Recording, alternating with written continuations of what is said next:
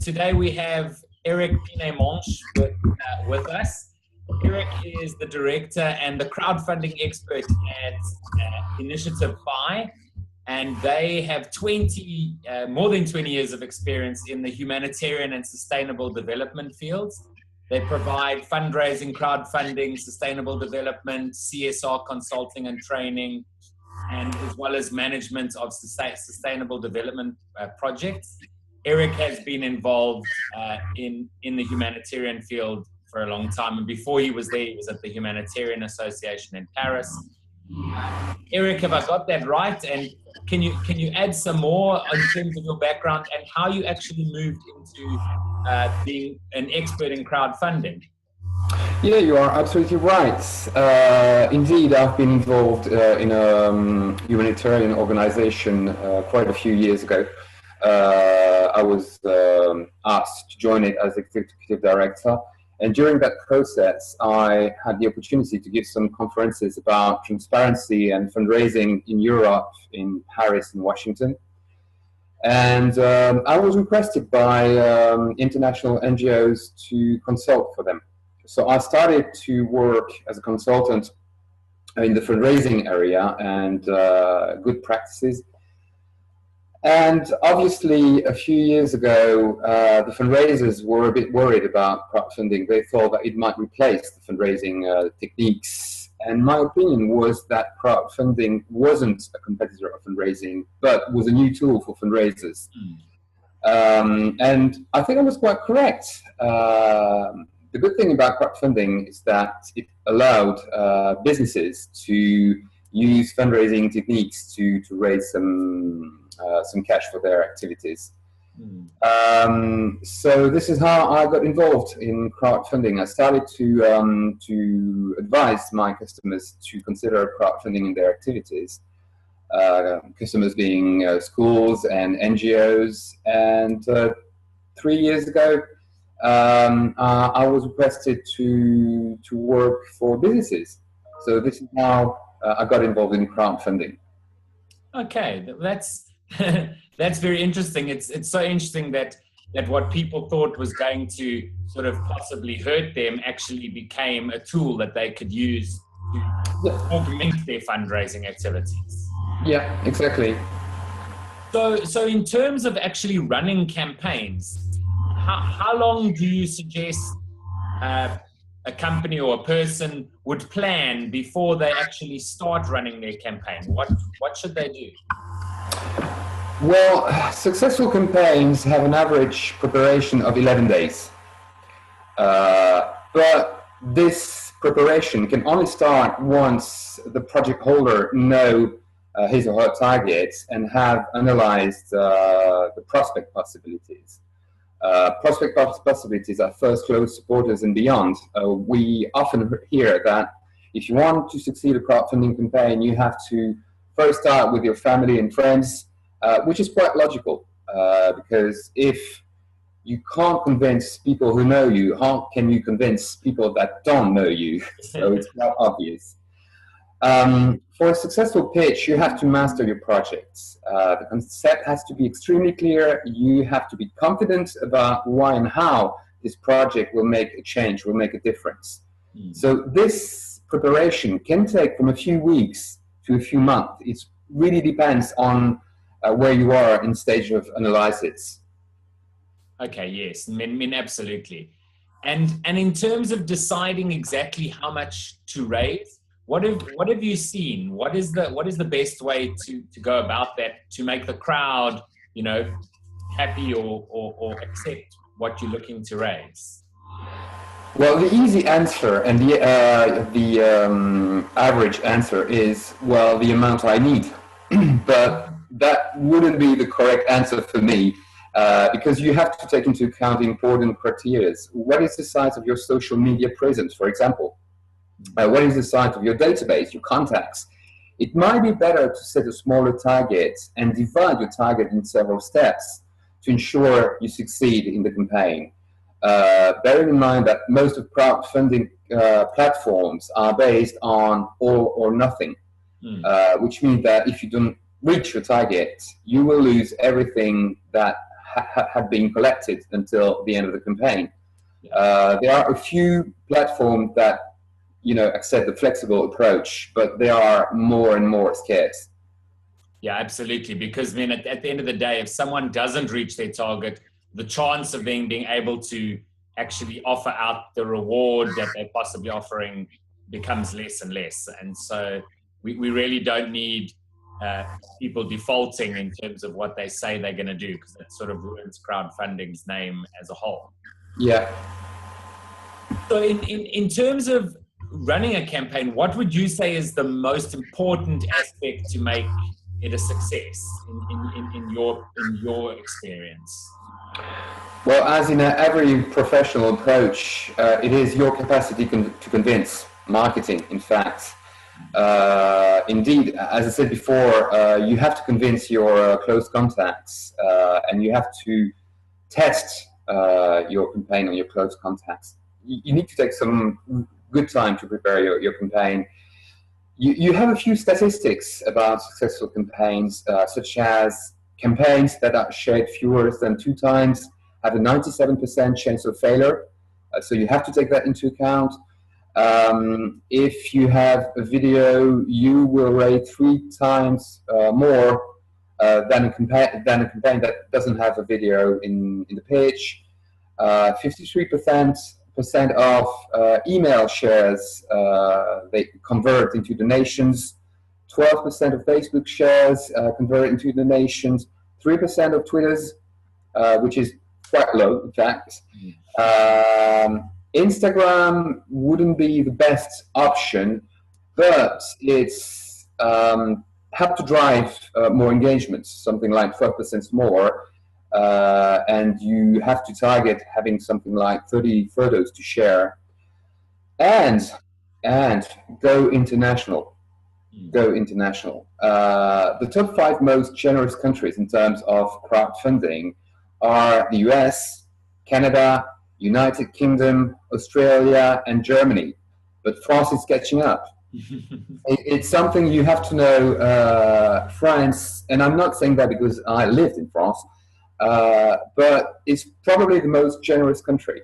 To give you a clear example, in fundraising, an average donation is around 50 euros per donation, which is quite high compared to other countries, even historical fundraising countries like the United States. So going international can be an option. It's more difficult to handle because you will have to probably handle several languages, but it will help you for sure. Yeah, no, absolutely. I mean, that's the sort of world we live in these days, and if you can take advantage of the fact that you can go global fairly simply, using tools, on the internet, then you can be, and using the crowd. So you could crowdsource the languages for the crowdfunding, or like I said to you before, I chatted to, I know a lot of your stuff's in French, so I used Google Translate. It might not be perfect, but it gives the gist, and you can then get a French person to help you out to make it right. Exactly. And well, let's be fair. Okay, we all know that French people are not the best English speakers of the world, but they can understand a few words. Well, Eric, you're definitely very good.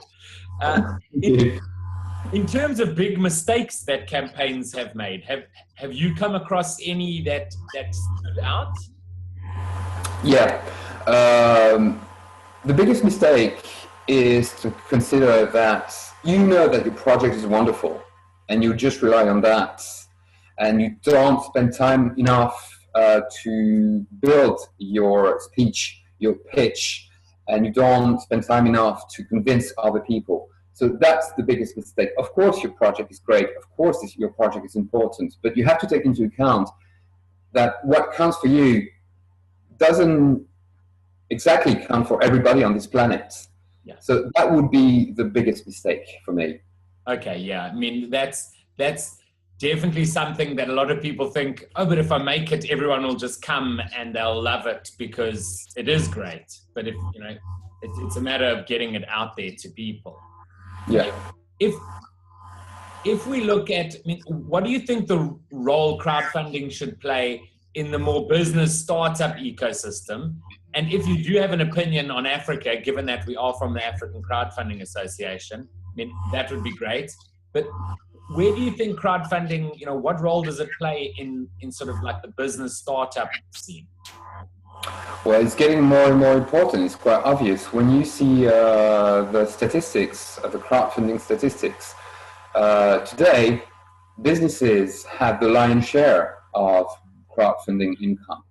So it became definitely a tool to help, especially small and medium enterprises. It quite often replaces bank loans. And even some banks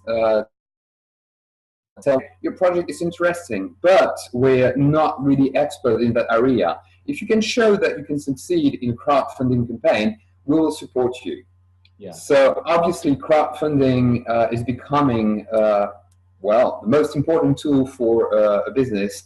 Startups, SMEs, this is definitely the place to go if you want to find fundings nowadays. And it's also, as you said, I'm also involved in CSR consulting. And my opinion is that crowdfunding was born from this sustainable development and CSR approach. People want to get involved in something. And if they find a business that is close to their, I would say, philosophical values, they will be ready to support that business. So it's getting more and more important. And about Africa, I have indeed some ideas about that, being involved in humanitarian organizations. I have been to Africa and developing countries. First of all, about Africa, crowdfunding is not very far from African culture, which is sharing. I hope I will have the right pronunciation, but I'm sure you know about tontine. People putting money together as a sort of bank somewhere to help somebody who needs the money. Crowdfunding is about that. It's gathering several people to build a project. So in fact, African culture already knows crowdfunding in a way. It's also important because it will reinforce, I will never say create, but it will reinforce the feeling that Africa can handle its development. Yes. And it's very important. And when you know that nowadays there are many, many brilliant ideas in Africa in terms of businesses, well, for me, crowdfunding will be really, really important for the next few years. Yeah, no, absolutely. I just want to go back to and touch on what you spoke about in terms of CSR. One thing that I really think even large businesses could use crowdfunding in order to aid their CSR projects. Is that something that you also believe is going to happen and is moving that way? That, let's say, a big company already does CSR projects, but they then allow their consumers, their customers, to actually get involved in that through crowdfunding campaigns. Exactly. As a matter of fact, I was giving a conference last week in France about CSR and sustainable development and economical development. And I was sharing this conference with a CEO of a large group, a large French group, really important one. They're having 300 million euros income, and it grows by 10% every year, which is quite a good number. And he came to me after, because I always include the crowdfunding approach in my CSR conferences. He came to me and he asked me if we could build together something. Yeah. Okay, so, great. That's so good. I mean, that's something I've believed for so long, and I'm like, when is someone going to do it? So that's very exciting. It is. It is indeed. Yeah, that's very exciting. So in terms of Africa, though, like you say, we sort of the idea of people banding together and raising money is in many cultures. There's many different names for it because, of course, there's so many different countries in Africa and different cultures. But a lot of people already do it.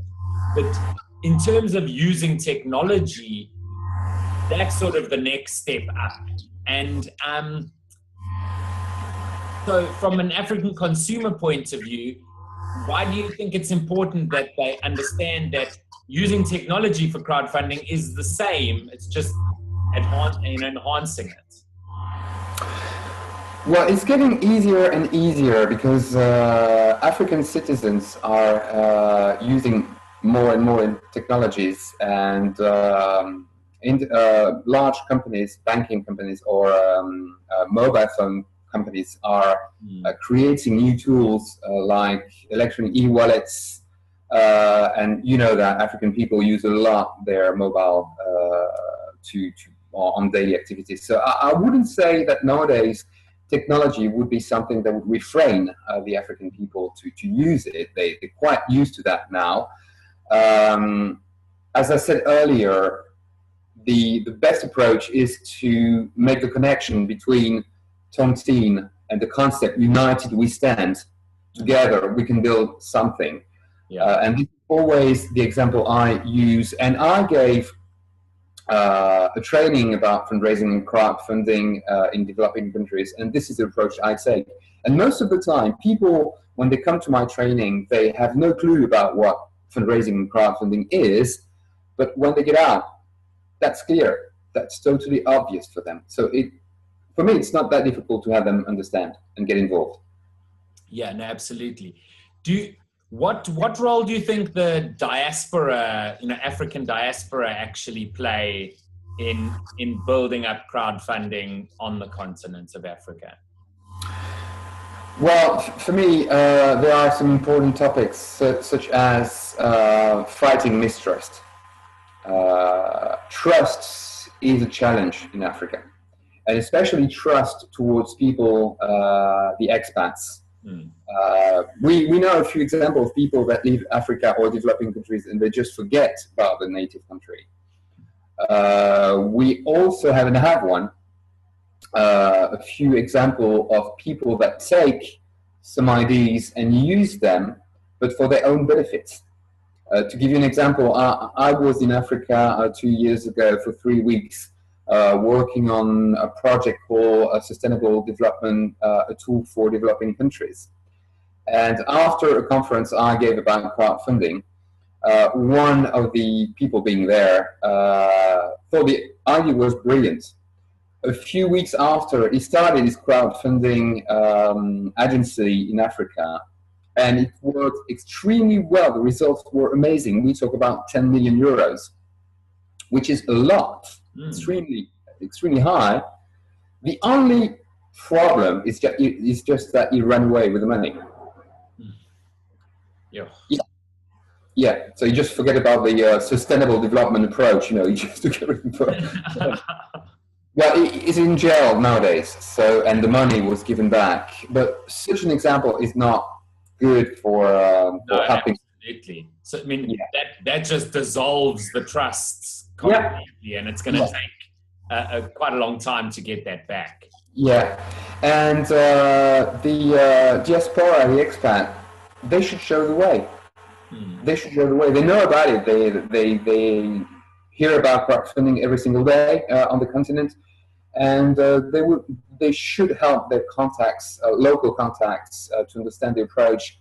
And okay, this is what I do. I give some money for that campaign. You should do the same, and this is why you should do the same. And why not? They might be able to launch a project and help their families and friends to develop their own activities in Africa.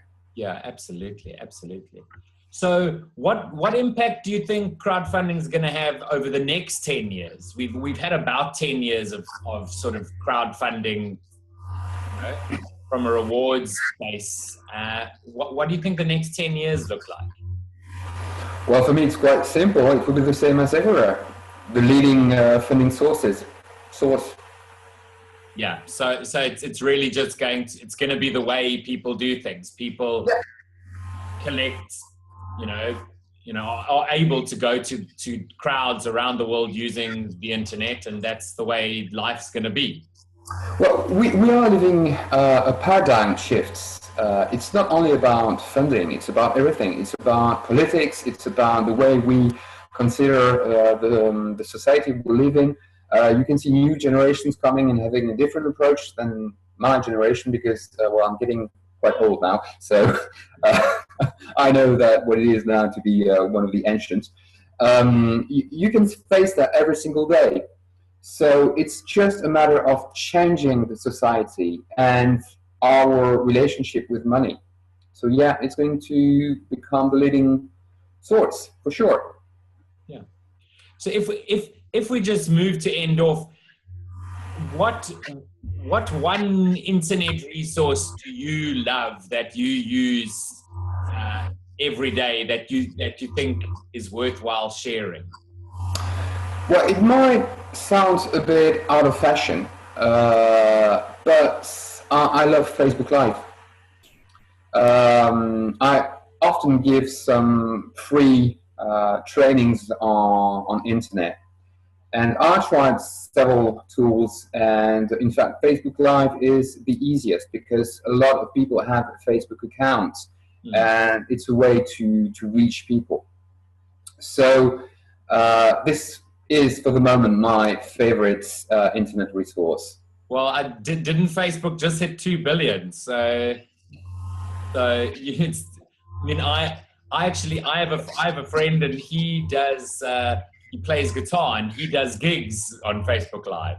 Yeah, because he said he's got so many people who are not in the country, so it works for him. And if you set up well, it really can work very well.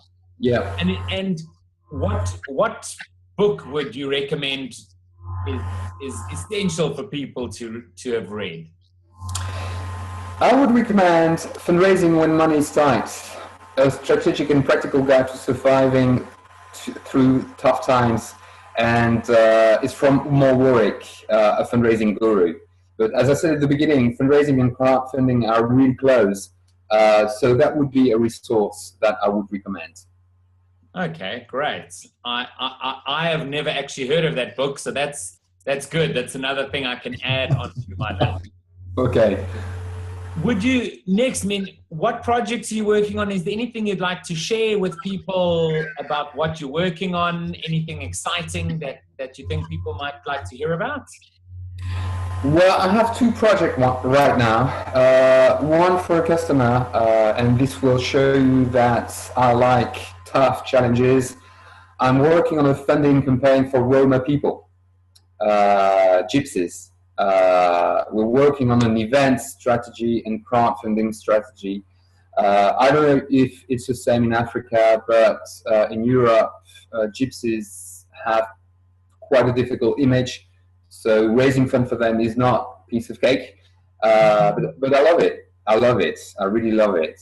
And the second project, we're working on a really personal sustainable tourism development project that is based on, well, all the values of corporate social responsibility, which means protecting the environment, protecting the people, and protecting the economy. And it's based on new technologies and history. It's called Phoenix. Okay. That sounds very interesting. Funny, anyway. And if people wanted to reach out to you, how could they get hold of you? Which is the best way for people to reach out to you? Well, LinkedIn, of course. You have quite a good summary of what we do, and our website. You can have the details of what we do, and then get in contact with us if you need some help. Great. I mean, thanks so much, Eric. It really has been a pleasure chatting to you. If there's anything you'd like to share to end off with. Well, thank you, and thank you for having discovered me on LinkedIn, knowing that my profile is in French. I truly appreciate that.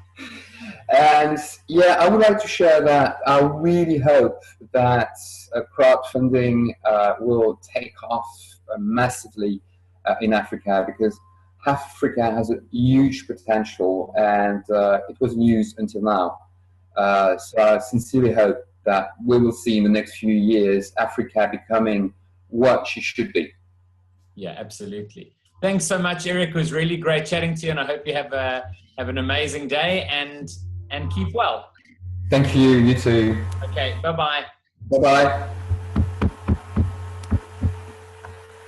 If you are as excited about crowdfunding as we are, subscribe to our channel and leave a comment below.